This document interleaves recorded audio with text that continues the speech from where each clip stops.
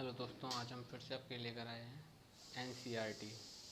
ठीक है, ये जो बुक है एनसीईआरटी। ठीक है, ये किरण इंस्टीट्यूट ऑफ कैरियर एक्सीलेंस के जरिए प्रकाशित हुई है। इसमें 6000 से ज़्यादा फैक्ट्स हैं। ठीक है, तो देखते हैं इसको भी।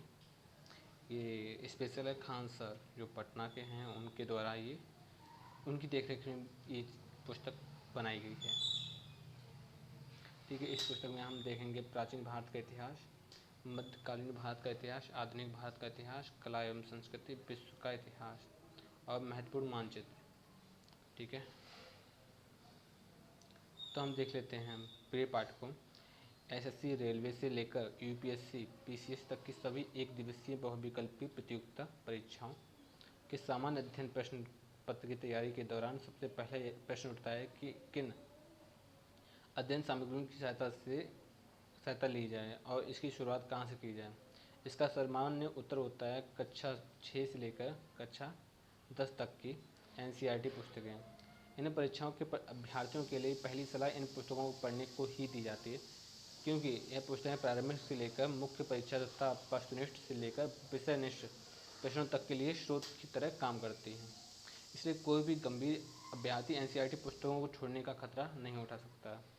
लेकिन इन पुस्तकों से संबंधित एक समस्या रहती है कि इतनी सारी पुस्तकों को पढ़ना काफ़ी समय लग वाला है। फलतः यह बोझिल और थकाऊ और उबाऊ और चुनौतीपूर्ण होता है। यही वजह है कि कई अभ्यर्थी इन पुस्तकों को पढ़ना तो प्रारंभ करते हैं, किंतु उसे बीच में छोड़ देते हैं। इसलिए ऐसा है कि विषय पर सभी पुस्तकों को पढ़ना और फिर सभी सूचनाओं को समेकित करना एवं जटिल एवं दुरूह कार्य हो जाता है। ध्यान देने वाली बात यह है कि एनसीईआरटी पुस्तकों में कई बार अद्यतन तथ्यों का अभाव दिखता है। उदाहरण के लिए पुरातत्व विभाग समय समय पर देश के विभिन्न भागों में पुरातात्विक स्थलों की खोज करता है। वहाँ पर की गई खुदाई से नए तथ्यों की जानकारी मिलती है। इतिहास विषय में भी निरंतर शोध किए जा रहे हैं, जिनमें समय समय पर नई नई जानकारियों का उद्घाटन होता रहता है। एनसीईआरटी पुस्तकों में ऐसे अद्यतन तथ्यों का अभाव हुआ होता है। इसलिए अभ्यर्थियों द्वारा हमेशा ऐसी पुस्तकों की जरूरत महसूस होती है कि जिनमें आवश्यक संशोधन किए गए हों, आंकड़ों को अद्यतन बनाया गया हो तथा समसामयिक तथ्यों का समावेश हो।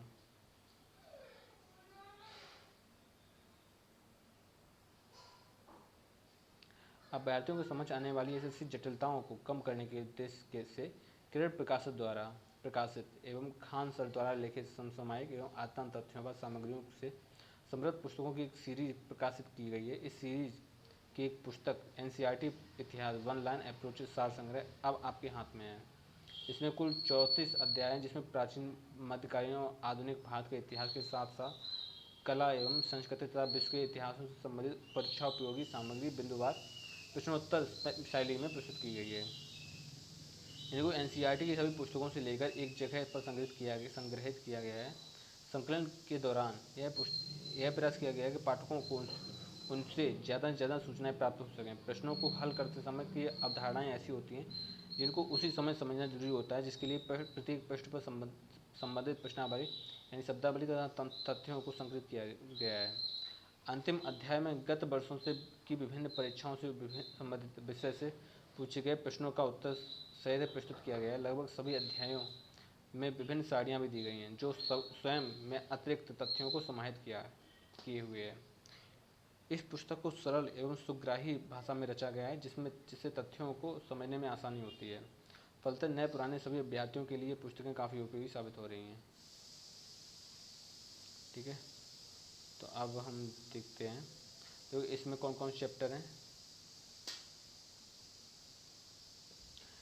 प्रागैतिहासिक काल, सिंधु एवं हड़प्पा सभ्यता, उसका पढ़ेंगे वैदिक संस्कृति एवं उत्तर वैदिक काल, उसका पढ़ेंगे 6वीं शताब्दी ईसा पूर्व से पूर्व के धार्मिक आंदोलन और महाजनपद काल एवं मगध राज का उत्कर्ष। विदेशी आक्रमण देखेंगे, मौर्य साम्राज्य देखेंगे, उसके बाद मौर्य के बाद मौर्य उत्तर काल देखेंगे, मौर्य उत्तर काल में विदेशी आक्रमण देखेंगे, सुदूर दक्षिण का इतिहास एवं संगम युग देखेंगे, गुप्त साम्राज्य देखेंगे, गुप्त उत्तर काल देखेंगे, पूर्व मध्यकालीन भारत देखेंगे, इस्लाम का आगमन व अरबी तुर्की आक्रमण देखेंगे, उसके बाद दिल्ली सल्तनत देखेंगे, उसके बाद उत्तर व दक्षिण भारत के प्रांतीय राजवंश देखेंगे, उसके बाद 15वीं से 20वीं शताब्दी के धार्मिक आंदोलन देखेंगे, उसके बाद देखेंगे हम मुगल साम्राज्य, उसके बाद शिवाजी और मराठा राज्य, उत्तर मुगल काल एवं क्षेत्रीय राज्यों का उदय। उसके बाद देखेंगे यूरोपीय कंपनियों का भारत में आगमन, अर्थव्यवस्था पर ब्रिटिश शासन का प्रभाव, 1857 का विद्रोह और 1757 से लेकर 1858 के बीच जन आंदोलन। उसका देखेंगे हम ब्रिटिश काल में भारत में शिक्षा का विकास और भारतीय समाचार पत्रों का इतिहास। उसका 27वां चैप्टर होगा सामाजिक धार्मिक सुधार आंदोलन और 28वां चैप्टर होगा किसान मजदूर व वामपंथी आंदोलन। चैप्टर नंबर 19 है कि भारतीय राष्ट्रीय आंदोलन और चैप्टर नंबर 30 भारत का संवैधानिक विकास। उसके बाद गवर्नर जनरल और वायसराय, कला संस्कृति एवं संबंधित तथ्य और विश्व का इतिहास और गत वर्षों के दौरान पूछे गए उनके प्रश्न और उनके उत्तर। और उसके बाद देखेंगे महत्वपूर्ण मानचित्र। ठीक है, तो टोटल 35 चैप्टर हैं और इन 35 चैप्टर को हम कोशिश करेंगे जितनी जल्दी हो सके समाप्त करने की। तो शुरू करते हैं प्रागैतिहासिक काल। ठीक है, चैप्टर नंबर 2 थोड़ा डार्क है, थोड़ा और इसको करते हैं, ब्लैक ही सही है।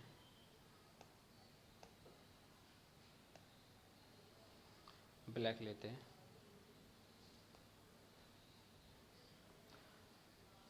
तो प्रागैतिहासिक काल, इतिहासकारों के अनुसार प्रागैतिहासिक काल में मानव जीवन सभ्य नहीं था।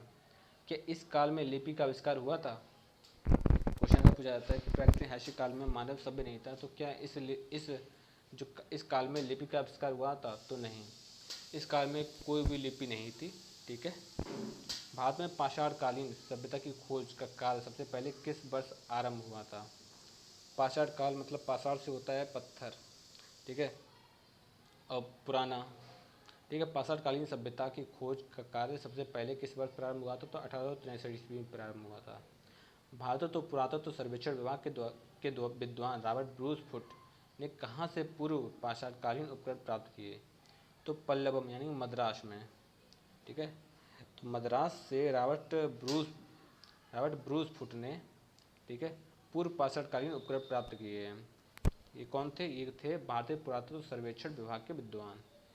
ठीक है, इन्होंने सर्वप्रथम, ठीक है, इन्होंने पूर्व पाषाणकालीन उपकरण प्राप्त किए हैं और ये कहाँ प्राप्त किए हैं? मद्रास यानी पल्लवरम में। पुरापाषाण काल को किस युग के नाम से जाना जाता है? ठीक है, पुरापाषाण काल को किस युग के नाम से जाना जाता है? तो पुरापाषाण काल को शिकार एवं खाद्य संग्रह युग के नाम से भी जाना जाता है, क्योंकि पुरापाषाणकालीन लोग शिकार और खाद्य के संग्रह पर डिपेंड रहते थे, इसलिए इस काल को शिकार व खाद्य संग्रह युग कहा गया है। भारत में मानव के प्राचीनतम अस्तित्व का संकेत द्वितीय हिमावर्तन ग्लेशियसन काल की परतों से प्राप्त उपकरणों से मिलता है, जिसका काल 25,000 मतलब 2,50,000 ईसा पूर्व बताया जाता है। उक्त उपकरण किससे निर्मित थे? तो वो थे पत्थर से।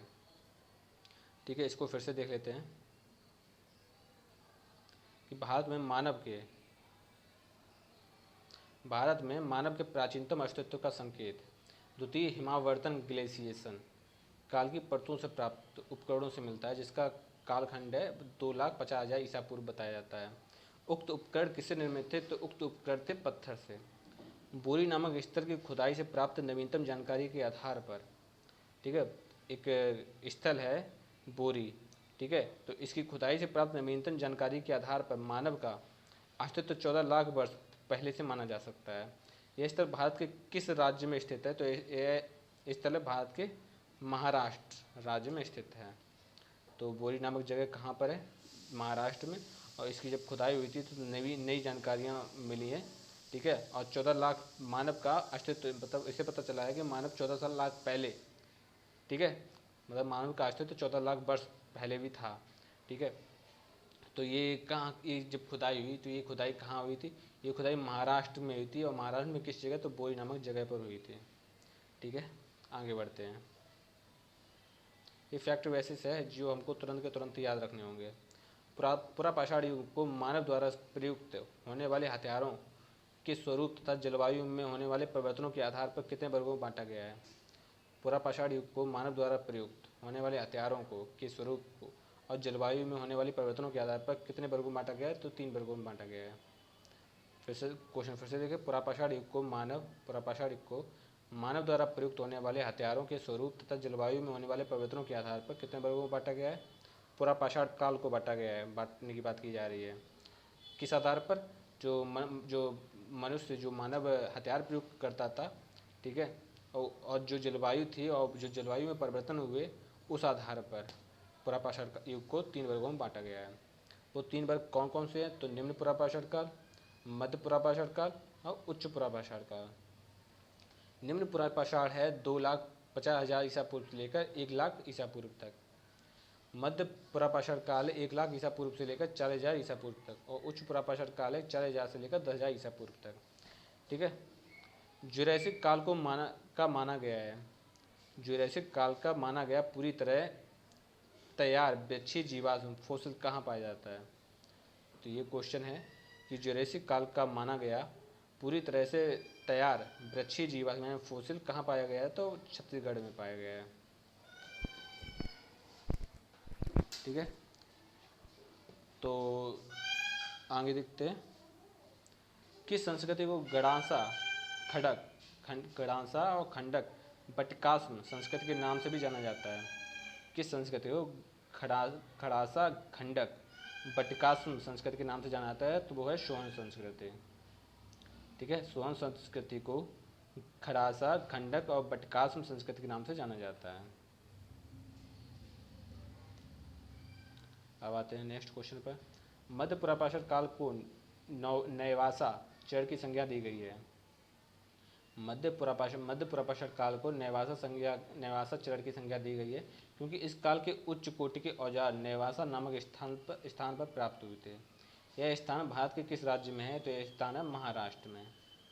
ठीक है, तो मध्य पुरापाषाण काल को नैवासा चरण की संज्ञा इसलिए दी गई है क्योंकि इस जगह पर जो नए उच्च कोटि के हथियार मिले हैं, ठीक है, वो नेवासा जगह है महाराष्ट्र में। नेवासा के ही निकट के स्थान से मध्य पुरापाषाण उद्योग एवं निवास किस साक्ष्य मिलते हैं? नेवासा के ही निकट किस स्थान पर से मध्य पुरापाषाण उद्योग एवं निवास के साक्ष्य मिलते हैं? तो नेवासा के निकट है चिरकी। तो चिरकी नामक एक जगह है जहाँ से मध्य पुरापाषाण उद्योग एवं निवास के साक्ष्य मिले हैं। यानी कि मध्य पाषाण के लोग जो चिरकी नामक जगह पर, ठीक है, उद्योग और निवास किया करते थे। अब वो जगह है महाराष्ट्र में नेवासा के निकट चिरकी जगह पर। मध्य पुरापाषाण काल में क्वार्टजाइट पत्थरों के स्थान पर जैस्पर, चर्ट, फ्लिंट आदि के पत्थर प्रयुक्त होने लगे। इस समय के औजार मुख्यतः किससे बने थे? तो इस समय के औजार मुख्यतः बने थे सल्क से। ठीक है, फिर से देखते हैं। मध्य पुरापाषाण काल में क्वार्टज पत्थर के स्थान पर जैस्पर, चर्ट और फ्लिंट आदि के पत्थर प्रयुक्त होने लगे। ठीक है, इस समय के औजार मुख्यतः किससे बने थे? तो इस समय के औजार मुख्यतः बने थे सल्क से। फलक, बेदनी, छेदनी, खुरचनी आदि मध्य पुरापाषाण काल के मुख्य औजार थे। फलकों की अधिकता के कारण इस काल को किस नाम से जाना गया? तो इस काल को जाना गया फलक संस्कृति।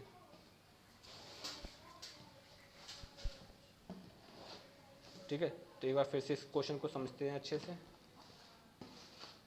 तो इस क्वेश्चन में कह रहा है कि फलक, बेदनी, छेदनी और खुरचनी ये सब मिले हैं मध्य पुरापाषाण काल में। मध्य पुरापाषाण काल के ये मुख्य औजार माने जाते थे। यहाँ पर फलकों की अधिकता थी, जैसे कि बेदनी भी थी, छेदनी भी थी और खुरचनी भी थी, लेकिन फलक ज़्यादा थे।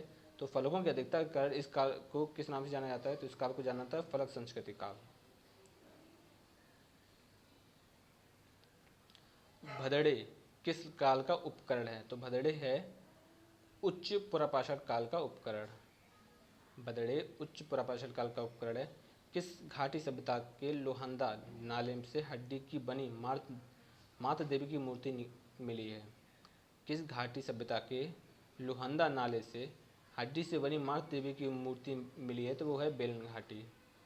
ठीक है, तो बेलन घाटी है, बेलन घाटी, ठीक है, भेलन घाटी सभ्यता के लोहंदा नाले से हड्डी की बनी माता देवी की मूर्ति मिली है। पटड़े से किस पक्षी के 3 अंड कवकों पर आंडी तिरछी रेखाओं से युक्त एक अलंकरण है? तो वह शुतुरमुर्ग। पटड़े से किस पक्षी के 3 अंड कवकों पर आड़ी तिरछी रेखाओं से युक्त एक अलंकरण है? वो है शुतुरमुर्ग का। अग्नि का आविष्कार सर्वप्रथम किन्होंने किया था? तो अग्नि का आविष्कार सर्वप्रथम जावा मानव ने किया था। ठीक है, तो अग्नि का आविष्कार किस मानव ने किया था? तो अग्नि का आविष्कार जावा मानव ने किया था। तो आदि मानव ने सबसे पहले क्या सीखा? तो आदि मानव ने सबसे पहले सीखा आग जलाना। हस्त कुठार एवं बिताड़ी प्राचीन काल की सबसे परिचित उपकरण है। किसको प्रथम उपकरण निर्माता कहा जाता है? तो हैंडीमैन को सर्वप्रथम, ठीक है, उपकरण निर्माता कहा जाता है। हस्त कुठार एवं बिताड़ी प्राचीन काल के सबसे प्राचीनतम उपकरण हैं। ठीक है, तो क्वेश्चन देखते हैं कि सबसे प्राचीनतम उपकरण कौन कौन से हैं? हस्त कुठार और बिताड़ी। ठीक है, किसको प्रथम उपकरण निर्माता कहा गया है? तो हैंडीमैन को। ठीक है, हैंडीमैन को प्रथम उपकरण निर्माता कहा गया है। ठीक है, यहाँ तक जो ये हाथ से चलाया जाता था। मध्य पाषाण काल 10,000 से लेकर 7,000 ईसा पूर्व को किस अन्य युग के नाम से भी जाना जाता है? तो मध्य पाषाण काल, फिर से क्वेश्चन देखो, मध्य पाषाण काल जो 10,000 से लेकर 7,000 ईसा पूर्व है को किस युग के नाम से जाना जाता है? तो यह है शिकार एवं पशुपालन युग। किस काल में पहली बार मानव कंकालों को विधिवत रूप से दफनाने की प्रक्रिया शुरू की गई?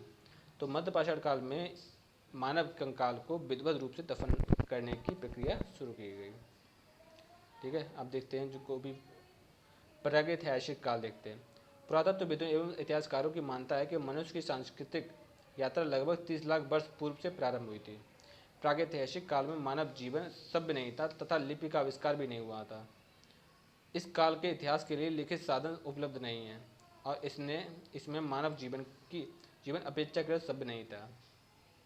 हड़प्पा सभ्यता से पूर्व का भारतीय इतिहास इसी श्रेणी में आता है। हड़प्पा सभ्यता से पूर्व का भारतीय इतिहास इसी श्रेणी में आता है पुरातत्वविदों। ठीक है, प्रागैतिहासिक काल में, और इसकी कोई लिपि का आविष्कार नहीं हुआ था इस टाइम। ओके, और इसके कोई लिखित साक्ष्य भी नहीं उपलब्ध हैं और ना ही ये सभ्य था। आदि ऐतिहासिक काल देखते हैं।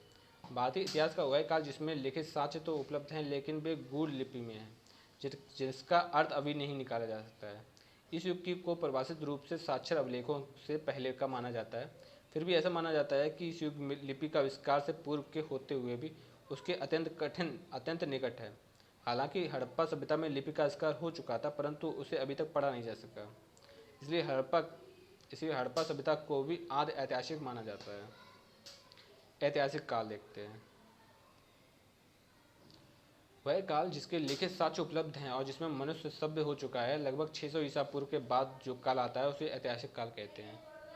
ठीक है, यानी कि ऐतिहासिक काल में इसमें लिखित साक्ष्य मिले हैं और इसकी लिपि को पढ़ा जा सकता है और इसके जो लोग थे वो सभ्य थे। ठीक है, तो इस काल को ऐतिहासिक काल कहा जाता है। ये ऐतिहासिक काल शुरू हुआ है 600 ईसा पूर्व तक। पृथ्वी एवं मानव का विकास देखते हैं। पृथ्वी के इतिहास को भूकालानुक्रम कहा जाता है। पृथ्वी की भूवैज्ञानिक समय सारणी को महाकल्पों में विभाजित किया गया है। महाकल्पों को कल्प एवं कल्प को युगों में विभाजित किया गया है। पृथ्वी लगभग 4.8 अरब वर्ष पुरानी मानी जाती है, जिस पर जीवन का आरंभ लगभग 3.5 अरब वर्ष पूर्व हुआ माना जाता है। ठीक है, क्वेश्चन ऐसा पूछा जाता है कि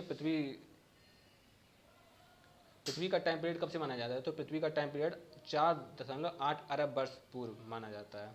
और इसमें मानव जीवन कब प्रारंभ हुआ है? तो इसमें मानव जीवन प्रारंभ हुआ है, या जीवन कब आरंभ हुआ है? तो 3.5 अरब वर्ष पूर्व जीवन कब इसमें माना गया है। तो इसको फिर से देखते हैं। पृथ्वी को भूवैज्ञानिक समय सारणी को महाकल्पों में विभाजित किया गया है। महाकल्पों को कल्प एवं कल्प को युग में विभाजित किया गया है। महाकल्पों को विभाजित किया है कल्प में और कल्प को विभाजित किया गया है युग में। ठीक है, आगे बढ़ते हैं। मध्य पाषाणकालीन प्रसंग। मध्य पाषाणिक प्रसंग यानी काल में पशुपालन के प्रमाण कहाँ से प्राप्त हुए हैं? तो मध्य पाषाणकालीन प्रसंग यानी काल में पशुपालन के प्रमाण देखते हैं। आदमगढ़, होशंगाबाद, मध्य प्रदेश, बागौर, भीलवाड़ा, राजस्थान। और ठीक है, तो आदमगढ़ में प्राप्त हुए हैं, होशंगाबाद में प्राप्त हुए हैं, मध्य प्रदेश और बागौर में प्राप्त हुए हैं। भीलवाड़ा और राजस्थान में भी मानव के साक्ष्य मिले हैं। मध्य पाषाणिक उद्योग मूलतः हैं, तो मध्य पाषाणिक उद्योग मूलतः ज्यामिति हैं। कहाँ पर मध्य पाषाण काल के 500 से अधिक चित्रित शैलाश्रय प्राप्त हुए हैं, यानी कि 500 से अधिक चित्रित शैलाश्रय प्राप्त हुए हैं भीमबेटका से। भारत में मानव कंकाल के मध्य पाषाण युग से प्राप्त होते हैं। भारत में मानव कंकाल मध्य पाषाण युग से प्राप्त होते हैं। शिवालिक क्षेत्र से किसके जीवाश्म प्राप्त होते हैं, तो शिवालिक क्षेत्र से रामापिथेकस के जीवाश्म प्राप्त होते हैं। तो भारत में मानव कंकाल मध्य पाषाण युग से प्राप्त होते हैं और शिवालिक क्षेत्र से रामापिथेकस के जीवाश्म प्राप्त हुए हैं। किसी की शुरुआत संभवतः कब मानी जाती है, तो किसी की शुरुआत संभवतः मानी जाती है 7000 ईसा पूर्व के आसपास। किस काल में स्थिर जीवन, जनसंख्या वृद्धि, आत्मनिर्भर अर्थव्यवस्था, चाक का निर्माण और मृदुभांड का प्रयोग, अग्नि का व्यापक उपयोग शुरू किया गया, तो नवपाषाण काल में 7000 ईसा पूर्व से लेकर 1000 ईसा पूर्व के मध्य, ठीक है, आग का आविष्कार माना जाता है। ठीक है, जनसंख्या में वृद्धि हुई थी उस टाइम और आत्मनिर्भर अर्थव्यवस्था आई थी। चाक का निर्माण किया गया और मृदुभांड का प्रयोग और अग्नि का बहुत ज़्यादा उपयोग किया गया। ठीक है, अब आगे देखते हैं। मनुष्य ने वस्त्र निर्माण की कला किस काल में सीखी है, तो मनुष्य ने वस्त्र निर्माण की कला नवपाषाण काल में सीखी है। देखिए, अग्नि का आविष्कार हो गया था मध्यपाषाण काल में, लेकिन प्रयोग में आया नवपाषाण काल में। वर्ष 1860 में सर्वप्रथम किसने उत्तर प्रदेश में टोंस नदी के किनारे उत्तर पाषाणकालीन शेल्ड प्राप्त किए, तो वर्ष 1860 में सर्वप्रथम किसने उत्तर प्रदेश में टोंस नदी के किनारे उत्तर पाषाणकालीन शेल्ड प्राप्त किए, तो ली मसूरियर ने 1860 में सर्वप्रथम उत्तर प्रदेश में टोंस नदी के किनारे उत्तर पाषाणकालीन शेल्ड प्राप्त किया। वर्ष 1872 में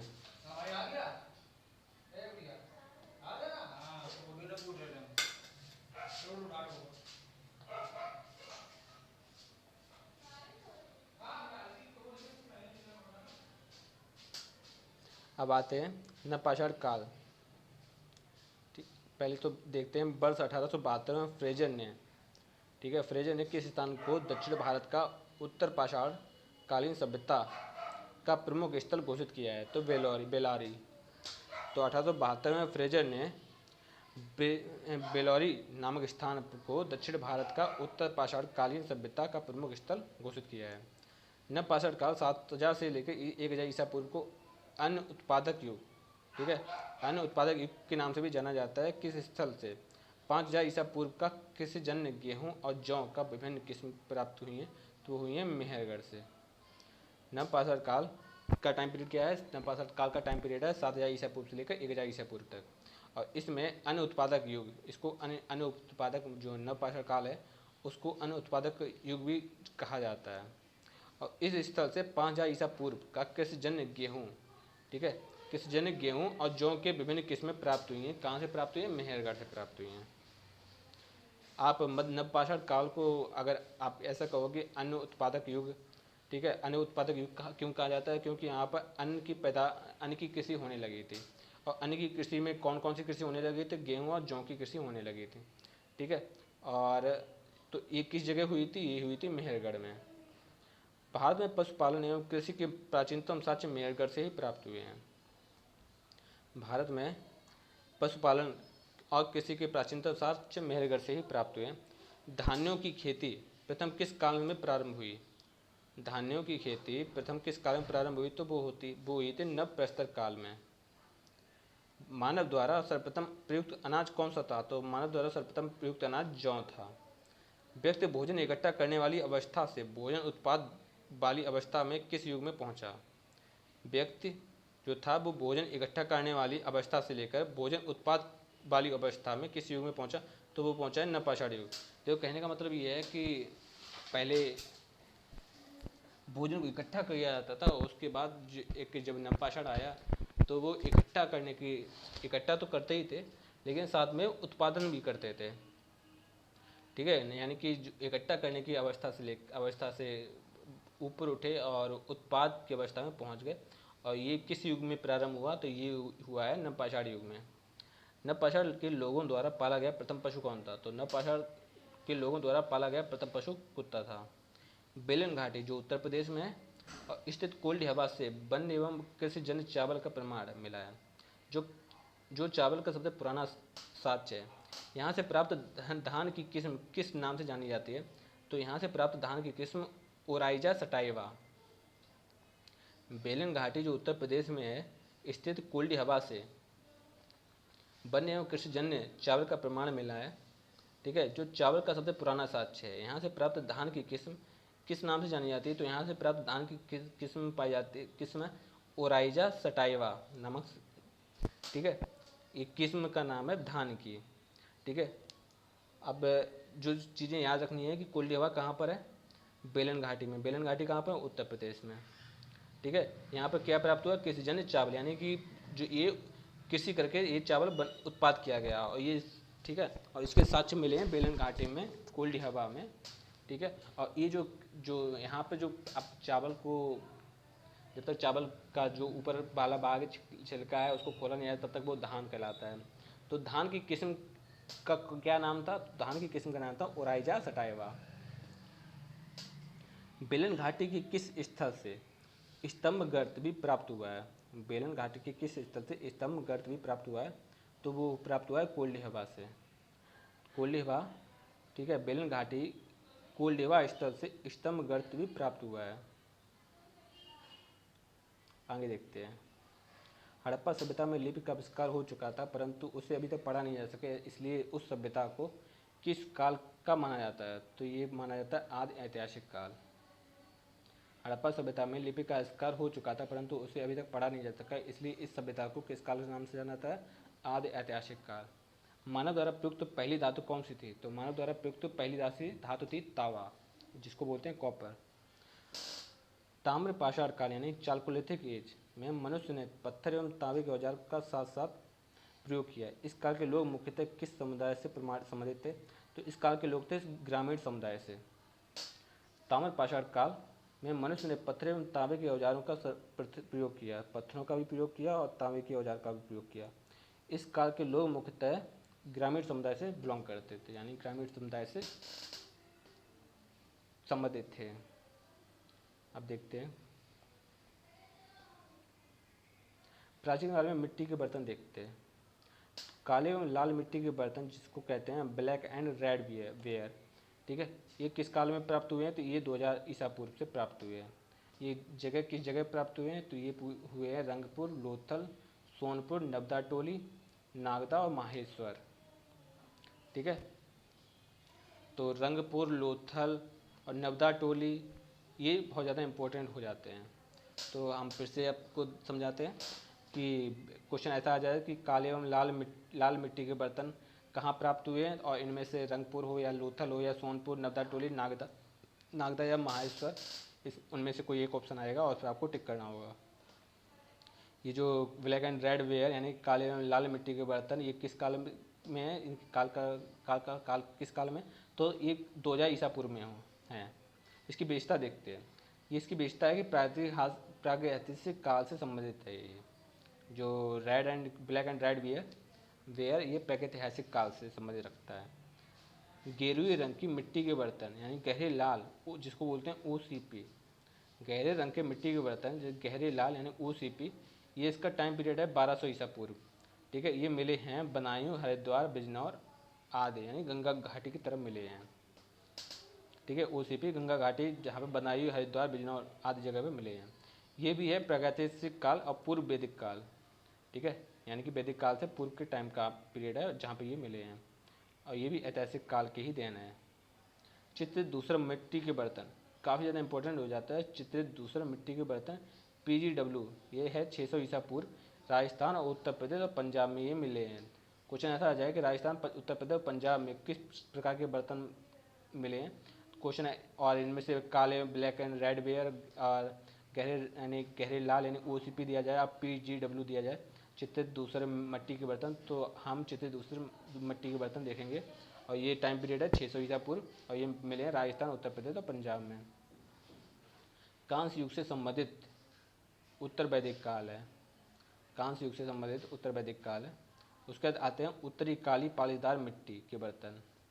उत्तरी काली पालीदार मिट्टी के बर्तन NBPW NBPW 600 से 200 ईसा पूर्व के टाइम पीरियड है इसका। और प्राप्ति स्थल है पेशावर, तक्षशिला जो पाकिस्तान में, वानगढ़, शिशुपालगढ़, नासिक, उत्तर प्रदेश और उत्तर भारत के कई स्थान हैं जहाँ पे ये उत्तरी काली पालीदार मिट्टी के बर्तन मिले हैं। NBPW मिला है। ठीक है, इसकी विशेषता क्या है, लौह युग से संबंधित रखता है और आगे जो भी आएंगे वो सब लौह युगीन सभ्यता से होंगे। दंतेदार पहिए से चित्रित मिट्टी के बर्तन दांतेदार पहिए से चित्रित मिट्टी के बर्तन ये मिले हैं 200 ईसा पूर्व में। ये मिले हैं तमिलनाडु, आंध्र प्रदेश, कर्नाटक और बंगाल में। उत्तरी चमकदार काली मिट्टी के बर्तन मिले हैं 400 से 500 ईसा पूर्व उत्तरी भारत यानी गंगा घाटी प्रदेश में।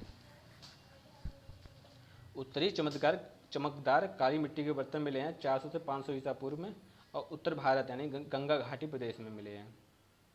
ठीक है, अब देखते हैं कुछ इंपॉर्टेंट चीज़ें। महाकल्प क्या होता है? तो महाकल्प, इसका विभाजन विभिन्न कल्पों में किया गया है। अब विभिन्न कल्प देखते हैं।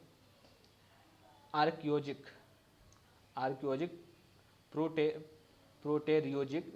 प्रोटेरियोजाइक, पोलियोजाइक, मीजोजाइक और सीनोजाइक। ठीक है, इसमें से सीनोजाइक आप कई बार सुनोगे और प्रोटेरियोजोइक आप सुनोगे, आर्कियोजोइक सुनोगे, मेजोजोइक सुनोगे। ठीक है, तो महाकल्प को कितने वर्गों में बांटा गया है? महाकल्प को बांटा गया 5 वर्गों में। ठीक है, कौन सा? आर्कियोजोइक, प्रोटेरियोजाइक और पोलियोजोइक, मेजोजोइक और सीनोजोइक। ठीक है, मानव का विकास सीनोजोइक काल से संबंधित है। क्वेश्चन पूछा जाता है कि मानव का विकास किस काल से संबंधित है? मानव का विकास सीनोजोइक काल से संबंधित है। ठीक है, ये काफ़ी ज़्यादा क्वेश्चन इंपॉर्टेंट हो जाता है ये। ठीक है, ये हाल ही फिलहाल में किसी एग्जाम में आया है, उसमें पूछा गया था कि मानव का विकास किस काल में हुआ था और पेट्रोजोइक, पोलियोजोइक, मोनोजोइक और सीनोजोइक ये दिया गया था, तो उसमें सही आंसर होता है सीनोजोइक। सीनोजोइक काल को टर्सरी एवं क्वाटरनरी काल से विभक्त किया गया है। सीनोजोइक काल को किस में बांटा गया है? तो सीनोजोइक काल को टर्सरी और क्वाटरनरी काल से विभक्त किया गया है। क्वाटरनरी युग के ही प्लेस्टोसिन खंड में अनुकूल जलवायु के कारण अफ्रीका में कई स्तनधारी जीव अस्तित्व में आए हैं जिनमें हमारे पूर्वज भी थे। ठीक है, यानी कि जो टर्सरी एवं क्वाटरनरी काल में व्यक्त किया गया है, क्वाटरनरी युग के ही प्लेस्टोसिन खंड के में अनुकूल जलवायु के कारण अफ्रीका में कई स्तनधारी जीव अस्तित्व में आए हैं अफ्रीका में, और जिनमें हमारे पूर्वज भी थे। तो हमारे पूर्वज कहाँ से थे? हमारे पूर्वज अफ्रीका से थे। ठीक है, और ये कहाँ के थे? ये किस खंड से हैं? ये प्लीस्टोसिन खंड से हैं। और प्लीस्टोसिन खंड कहाँ से है? प्लीस्टोसिन खंड है क्वाटरनरी युग। ठीक है, और क्वाटरनरी युग कहाँ पर मिलता है? सीनोजोइक में। तो इनडायरेक्टली हम लोग सीनोजोइक काल से चले आ रहे हैं। ठीक है, अब आगे देखते हैं। लगभग 3.5 करोड़ से लेकर 2 करोड़ वर्ष यानी पूर्व, यानी कि 3 से 4 फुट ऊंचा एक कप यानी बंदर समूह उष्णकटिबंधीय जंगलों से बाहर निकला। लगभग 2 करोड़ वर्ष पूर्व तक इस समूह ने मैदानी क्षेत्रों में रहने के लिए अपने को अनुकूल बना लिया था। इनके हाथ तुम मुक्त हो गए थे और ये अर्ध उत्तान मुद्रा में चलने लगे। इस मुद्रा को राम पिथेकस नाम दिया गया, जो शाखा जंगलों में धरती पर रहने लगी। ठीक है, आगे देखते हैं। वह महाकपि बर्फ हो गई और जो समूह खुले घास के मैदानों में चला उसे ऑस्ट्रेलोपिथेकस नाम दिया गया। यही मानव का आदि पूर्व बना। ठीक है, पूर्वज बना। पूर्व अत्यंत नूतन काल प्लीस्टोसिन युग में अधिक विकसित मानव इरेक्टस या पिथैंकैंथ्रोपस का विकास हुआ। मध्य अत्यंत नूतन काल में पिथैंकैंथ्रोपस का अर्थ होता है सीधा चलने वाला कपि मानव। पुराने मानव सम केवल अफ्रीका में पाए गए, पर ये उष्णकटिबंधीय घास के मैदानों से लेकर चीन के समशीतोष्ण क्षेत्रों तक पाए गए हैं। इरेक्टस के बाद निएंडरथल प्रकट हुआ जिसकी मस्तिष्क क्षमता लगभग आधुनिक मानव जैसी थी। उत्तर अत्यंत नूतन काल होमो सैपियंस, इसका उदय लगभग 30,000 वर्ष पूर्व यानी उच्च पुरापाषाण काल में हुआ है। यह आधुनिक मानव का पूर्वज माना जाता है। इसे क्रो मैग्नन एवं चांस लैड ग्रेमाल्डी आदि नामों से भी जाना जाता है। तो होमो सैपियंस को किस नाम से जाना जाता है? तो इसको माना जाता है क्रो मैग्नन और चांस लैड ग्रेमाल्डी। ठीक है, अब इसको फिर से देख लेते हैं। देखो, अब होमो सैपियंस तो 30,000 के बाद पूर्व आए। ठीक है। इससे पहले क्या था? इससे पहले था नीदरलैंड नियंडरथल, ठीक है, जिसकी मस्तिष्क क्षमता लगभग इरेकट्स के बाद नियंडरथल प्रकट हुआ, ठीक है। ये मानव की ही एक जात थी, यानी कि हमारे पूर्वज, पहले होमो सेपियंस से पहले की बात की जा रही है कि होमो सेपियंस तो बाद में हुआ और इससे पहले नियंडरथल्स प्रकट हुए, ठीक है। इसकी मस्तिष्क क्षमता लगभग आधुनिक मानव जैसी थी, ठीक है। और नियंडरथल के थल से पहले थे इरेकट्स, ठीक है, और एरेकस, उससे पहले पिथेंकैंथ्रोपस, ठीक है। पिथेंकैंथ्रोपस का अर्थ होता है सीधा चलने वाला कपि मानव। पुराने मानव सम केवल अफ्रीका में ही पाए गए, ठीक है। इस तरह से मानव का विकास हुआ। आगे देखते हैं पाषाण उपकरण। बटिकास, पत्थर के वे टुकड़े जिनकी किनारे पानी के बहाव में रगड़ खाकर चिकने एवं सपाट हो जाते हैं तथा इनका प्रयोग हथौड़े की तरह किया जाता है। कोर, जिस पत्थर को बार बार चोट करके अभीष्ट रूप में ढाला जा सके उसे कोर कहते हैं। और बटिकास में ऐसे पत्थर ठीक है, जिनके किनारे पानी के बहाव में रगड़ खाकर चिकने और सपाट हो जाते हैं, इनका प्रयोग हथौड़े की तरह किया जाता है। आगे देखते हैं जीवाश्म ताम्राश्म या ताम्रपाषाण काल में महाराष्ट्र के लोग मृतकों को घर के फर्श के नीचे किस तरह रखकर दफनाते थे? ताम्राश्म या ताम्रपाषाण काल में महाराष्ट्र के लोग मृतकों को घर के फर्श में नीचे रखकर किस तरह दफनाते थे? तो वो दफनाते थे उत्तर से लेकर दक्षिण तक, ठीक है, यानी कि उत्तर से दक्षिण तक, जैसे कि ईस्ट वेस्ट है ना, ईस्ट वेस्ट नॉर्थ साउथ, तो वो दफनाते थे नॉर्थ टू साउथ, ठीक है। तो महाराष्ट्र के लोग मृतकों को घर के फर्श के नीचे उत्तर से दक्षिण की ओर दफनाते थे। ये कब था?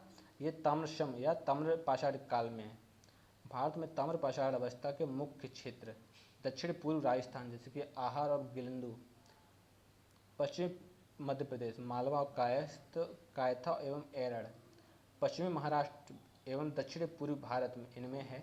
इनमें किस स्थल के मेरुभांड ताम्रपाषाणिक मेरुभांड से सर्वोत्कृष्ट माने जाते हैं? तो ये माने जाते हैं मालवा, ठीक है। तो भारत में ताम्रपाषाण अवस्था के मुख्य क्षेत्र दक्षिण पूर्वी राजस्थान, आहार और गिलंदू, पश्चिमी मध्य प्रदेश मालवा कायस्थ एवं एरड़, पश्चिमी महाराष्ट्र एवं दक्षिण पूर्व भारत है। इनमें से किस स्थल को मेरुभांड ताम्रपाषाणिक मेरुभांड में सर्वोत्कृष्ट माना गया है? ये माना गया मालवा। आगे देखते हैं जोरवे संस्कृति ग्रामीण थी। इससे संबंधित सबसे बड़ा स्थल दैमाबाद को माना जाता है। दैमाबाद की बड़ी मात्रा में किस प्रकार की वस्तुएं मिली हैं? तो इसमें मिली हैं कांसे की वस्तुएं। जोरवे संस्कृति ग्रामीण थी, इससे संबंधित सबसे बड़ा स्थल दैमाबाद को माना गया है। और दैमाबाद की बड़ी मात्रा में किस प्रकार की वस्तुएं मिली? तो दैमाबाद में मिली हैं कांसे की वस्तुएं। आहार का प्राचीन नाम तावंती है। आहार का प्राचीनतम नाम तावंती है। जो आज हम आहार लेते हैं ना, तो आहार को पहले क्या बोलते थे? आहार को पहले बोलते थे तावंती। किसको इस संस्कृति का स्थानीय केंद्र माना गया है? तो गिलिंदू को। गिलिंदू 1200 ईसा पूर्व के लगभग ताम्रपाषाणिक संस्कृति का लोप हो गया। 1200 ईसा पूर्व के लगभग ताम्रपाषाणिक संस्कृति का लोप हो गया। केवल जोरवे संस्कृति कब तक जीवित रही? तो जोरवे संस्कृति रही है 700 ईसा पूर्व तक। ताम्रपाषाणिक काल में चाक पर बने काले एवं लाल मेरुभांडों का प्रयोग होता था। चित्रित मेरुभांड का प्रयोग सर्वप्रथम किस काल के लोगों ने किया? तो चित्रित मेरुभांडों का प्रयोग सर्वप्रथम ताम्रपाषाणिक काल में के लोगों ने किया। नर्मदा टोली से किस तरह की वस्तुओं के सबसे बड़े ढेर मिले? तो नर्मदा टोली से मिले अनाज के ढेर, ठीक है। ये फैक्ट हैं और वो भी ये एनसीईआरटी के फैक्ट्स हैं। और हर एक फैक्ट्स ये मान लो कि अपने आप में 100% ताकत रखता है। तो फिर से स्टार्ट करते हैं। नर्मदा टोली से किस तरह की वस्तुओं के सबसे बड़े ढेर मिले हैं? तो अनाज के मिले हैं। ताम्रपाषाण काल में चाक में बने बर्तन काले एवं लाल मेरुभांड का प्रयोग होता था। चित्रित मेरुभांड का प्रयोग सर्वप्रथम किस काल के लोगों ने किया? तो ताम्रपाषाणिक काल के लोगों ने किया। 1200 ईसा पूर्व में लगभग ताम्रपाषाणिक संस्कृति का लोप हो गया था। केवल जोरवे संस्कृति कब तक जीवित रही? तो ताम्रपाषाण काल संस्कृति का लोप हो गया, लेकिन जोरवे संस्कृति 700 ईसा पूर्व तक रही। आहार का प्राचीनतम नाम ताम्रबंती है और इसको सिर्फ इस संस्कृति का स्थानीय केंद्र माना गया है गिलंद को। जोरवे संस्कृति ग्रामीण थी, इससे संबंधित सबसे बड़ा स्थल दैमाबाद को माना गया है। दैमाबाद से बड़ी मात्रा में किस प्रकार की वस्तुएं मिली हैं? दैमाबाद में मिली हैं कांसे की वस्तुएं। अब आते हैं नेक्स्ट पर, ताम्र पाषाण संस्कृति के बारे में देखते हैं। तो ताम्र पाषाण संस्कृति का उद्भव हुआ था, ठीक है, ताम्र पाषाण संस्कृति का उद्भव हुआ,